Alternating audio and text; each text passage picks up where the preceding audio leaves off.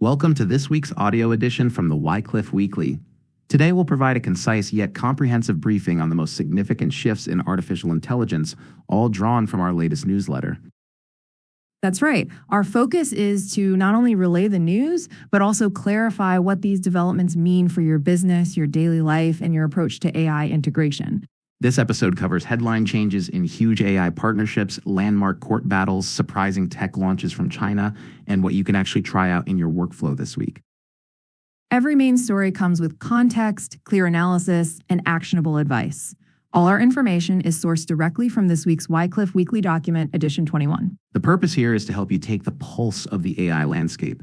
These topics reflect major pivots in the market, shifting business models, legal guidelines, international competition, and tangible upgrades for end users.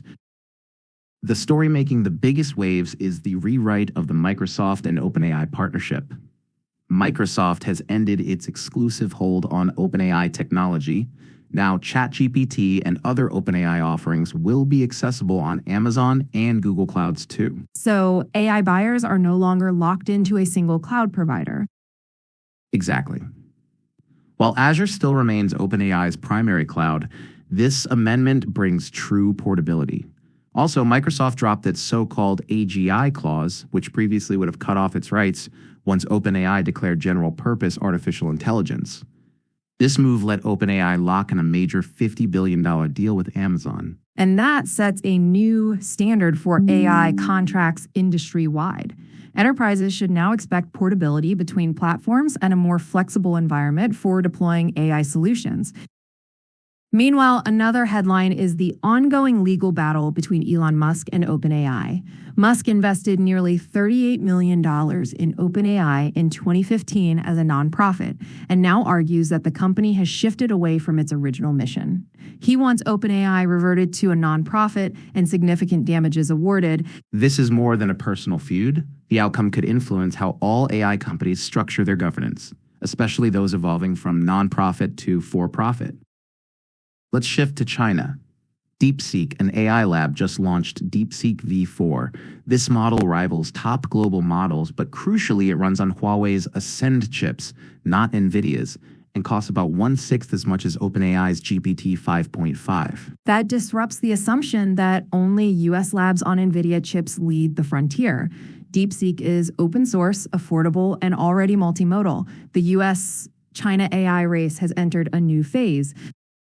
Turning to consumers, Google is rolling out Gemini in millions of vehicles: Ford, Honda, Volvo, and more. Gemini will soon replace Google Assistant, providing in-car planning, email summarizing, and calendar actions, all entirely by voice. Plus, Gemini's latest updates include a Mac app and expanded personalized image generation, showing Google's substantial distribution advantage in phones, cars, and more.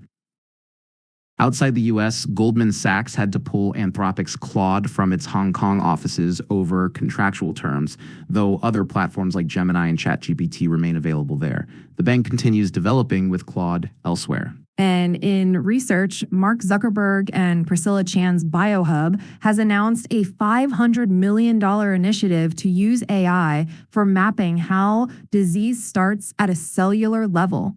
Partners here include Nvidia and the Allen Institute, aiming for major medical advances. Finally, Oracle's layoff of over 20,000 staffers caught attention.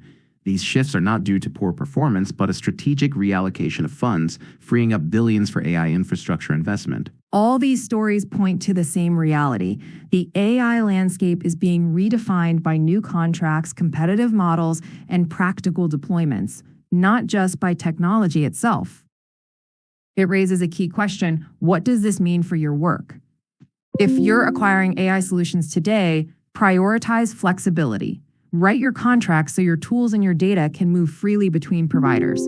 On a practical note, anyone can now connect leading AI assistants, Claude, ChatGPT, Copilot, to the productivity apps they already use, like Google Drive, SharePoint, Outlook, and Teams, in just a few clicks.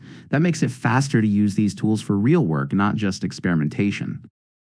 To sum up, this week's AI developments create a more open, price-competitive, and portable market. For businesses and individuals, the best response is proactive adaptation.